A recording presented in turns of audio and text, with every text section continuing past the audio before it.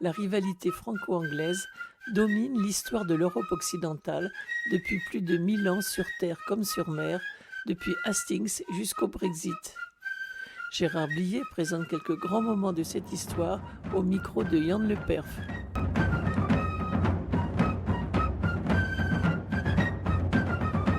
La Rochelle, c'est vrai, on rappelle, il y a eu plusieurs sièges à La Rochelle. Oui. Quand on parle de siège de La Rochelle, on mélange souvent les combien 4 ou 5 sièges. Il y en a eu 5, il y en a eu 5 en tout. On a évoqué 2 sièges, les 2 premiers, et celui que l'on va évoquer, c'est le troisième, c'est ce qu'on appelle le grand siège en 1627-1628. Mais les Anglais ont été concernés par, on va le montrer, par ce siège, mais d'une manière indirecte, c'est-à-dire qu'ils ont fait une énorme tentative pour aider les protestants de La Rochelle et ça a échoué. Et à ce moment-là, les protestants de La Rochelle étaient condamnés. Oui. Alors, comment les choses se sont-elles présentées ? Nous sommes au début du XVIIe siècle, dans les années 1620, quelque chose comme ça. Et il se trouve qu'en France, c'est le règne donc de Louis XIII qui s'amorce avec un souverain qui est extrêmement, qui a été souvent méconnu, mais qui incontestablement avait beaucoup de volonté et qui est surtout secondé par un ministre qui va marquer l'histoire. Il s'agit évidemment de Richelieu. Alors, que se passe-t-il ? Eh bien, l'édit de Nantes avait organisé donc la façon pour le protestantisme de fonctionner et l'édit de Nantes, à la fin du XVIe siècle, avait donné aux protestants un certain nombre de garanties.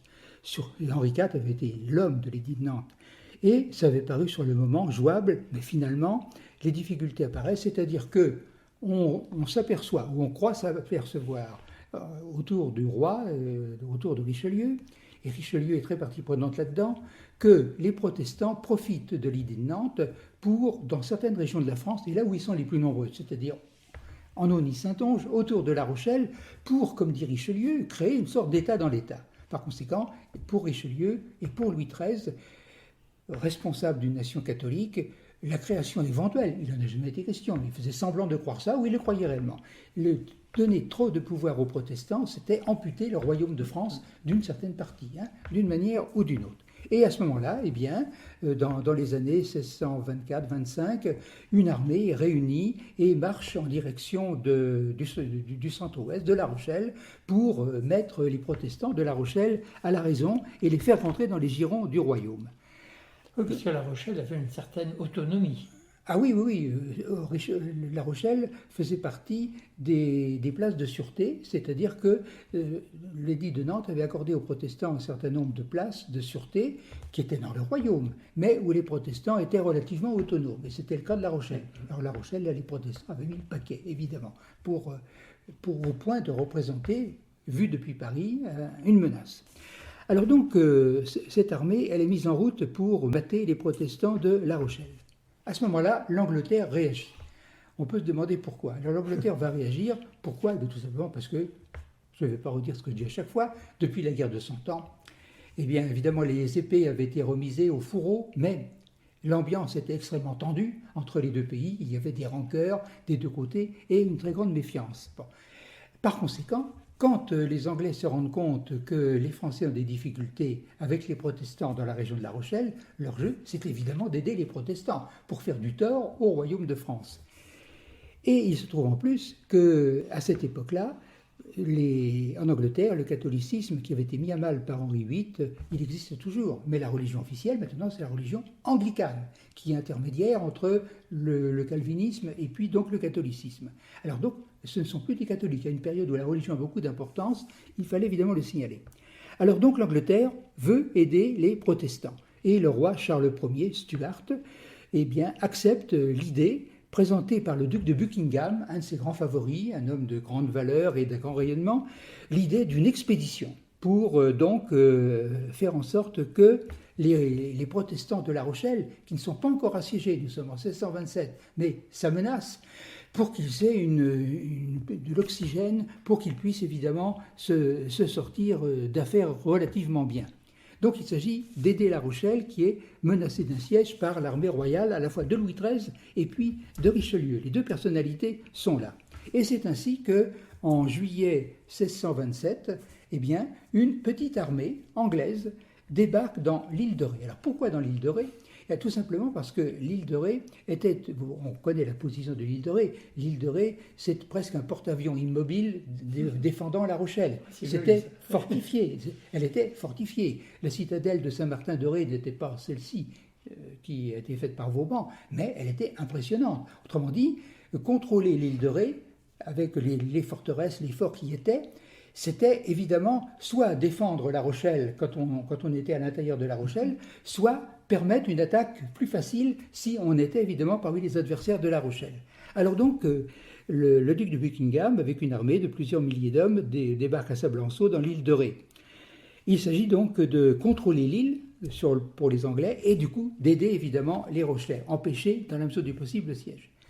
Dans l'île de Ré, où il y avait des fortifications, il y a des troupes françaises et ces troupes royales, catholiques par conséquent, ces troupes royales sont commandées par un comte, un général de grande valeur, Toiras.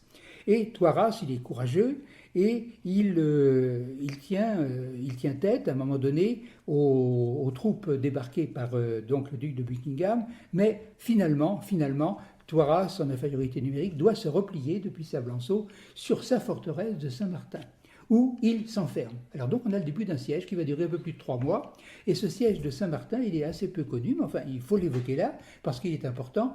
Ce siège de Saint-Martin, c'est donc en territoire français, le siège d'une garnison française par un corps expéditionnaire anglais, dirigé par le duc de Buckingham, avec évidemment l'accord du roi d'Angleterre. Alors le siège est extrêmement difficile, il y a des assauts anglais qui ne donnent rien, les défenseurs se défendent tout à fait vaillamment, et finalement, l'affaire paraît tourner mal au bout de quelques semaines, de quelques mois, en défaveur des assiégés qui sont sur le point de manquer de vivres, etc. Mais finalement, tout cela va s'arranger. Pourquoi? Eh bien parce que les Anglais et les protestants, leur intérêt, c'était évidemment d'essayer donc de faire en sorte que ça se passe au mieux possible pour le duc de Buckingham. Mais pour les Français, c'était la même chose. Et c'est ainsi que, après plusieurs épisodes de caractère naval peu important, eh bien finalement, un coup très favorable est gagné par les Français, c'est-à-dire qu'un convoi de ravitaillement parvient de nuit, au prix de quelques pertes, du petit bâtiment, à forcer le passage et à accéder à la forteresse de l'île de Ré, à la forteresse de Saint-Martin. Et à ce moment-là, c'est une bouffée d'oxygène, parce que le lendemain, au grand jour, ça s'est passé de nuit, les défenseurs de Saint-Martin, eh bien, ont l'audace de narguer les Anglais, c'est-à-dire, depuis les remparts, ils leur montrent toutes les provisions, tout ce qu'ils viennent de récolter, et qui leur permet de tenir presque indéfiniment. Ce qui fait que le moral des Anglais, à ce moment-là, est extrêmement marqué. Et les Anglais, à ce moment-là, se rendent compte qu'ils ne vont pas pouvoir s'imposer. Et alors, à ce moment-là, eh bien, il y a une ultime attaque qui est lancée par Buckingham, qui ne donne rien. Et ça, c'est au mois de novembre, donc plusieurs mois après le début du siège. Et à ce moment-là, le siège est levé après cette attaque et les Anglais sont démoralisés. Les troupes anglaises qui ont essuyé de lourdes pertes se réfugient vers la presqu'île de l'Oise, etc., vers l'ouest. Bon, ils sont récupérés par des navires de leur flotte, beaucoup se sauvent, mais beaucoup sont tués ou sont faits prisonniers. On estime que, voyez-vous, Buckingham avait engagé 7000 hommes et il y a eu près de la moitié que Buckingham a perdu dans cette expédition. Alors donc, c'est un grand succès défensif français. Quelle est la conséquence? C'est que les Anglais donc voulaient conquérir l'île de Ré pour mieux défendre La Rochelle. C'est un échec dans ces conditions pour les protestants pour les protestants de La Rochelle, qui sont à l'abri de leur rempart, voir leurs amis anglais battus, c'est une énorme déception. Et le siège qui avait déjà commencé, on ne va pas en parler en détail, mais il laisse les assiégés rochelais seuls pratiquement. Il va y avoir une petite tentative de démonstration navale, mais les Anglais ne vont pas insister. Finalement, l'échec de Buckingham dans l'île de Ré, ça laisse les Français, les protestants français rochelais, seuls face à l'armée royale, au blocus et le siège. Et c'est évidemment la catastrophe finale pour les protestants. Et donc l'écrasement de ce mouvement protestant. C'est bien la digue de Richelieu qui est en cause. Oui, là c'est aussi, ça, hein. c'est ça, oui, oui. Richelieu, c'est lui qui avait fait, enfin, Pour naturellement, l'isoler. oui, c'est lui qui a donné Pour les isoler impulsions. la Rochelle. Voilà, voilà. Il voulait absolument faire en sorte que les renforts n'arrivent pas par mer, mais finalement, on savait au départ qu'après l'échec de Buckingham, c'était à peu près terminé, que les Anglais n'allaient pas remettre ça. Ils ont envoyé à 2 reprises des bateaux, une flottille au large de La Rochelle. C'était plus une petite manœuvre d'intimidation. La digue était là et ils n'auraient pas pu faire grand-chose de toute façon. Donc les Anglais se sont arrêtés à Saint-Martin. Voilà, et sous les murs de Saint-Martin. Ils sont pas entrés. Ah oui. Oui. Ah non, ils n'ont pas pu prendre Saint-Martin. Hein. Saint-Martin, Toiras et ses hommes ont bien résisté et ils ont bien mérité de Louis XIII et de Richelieu. Donc c'est une victoire française. Ah oui, oui, oui. Mais oui. une défaite, C'est- défaite des protestants. Voilà, c'est un succès défensif et ce succès défensif, bon, automatiquement, il annonce bien sûr, l'échec des protestants retranchés dans La Rochelle parce qu'ils sont livrés à eux-mêmes. Merci beaucoup Gérard.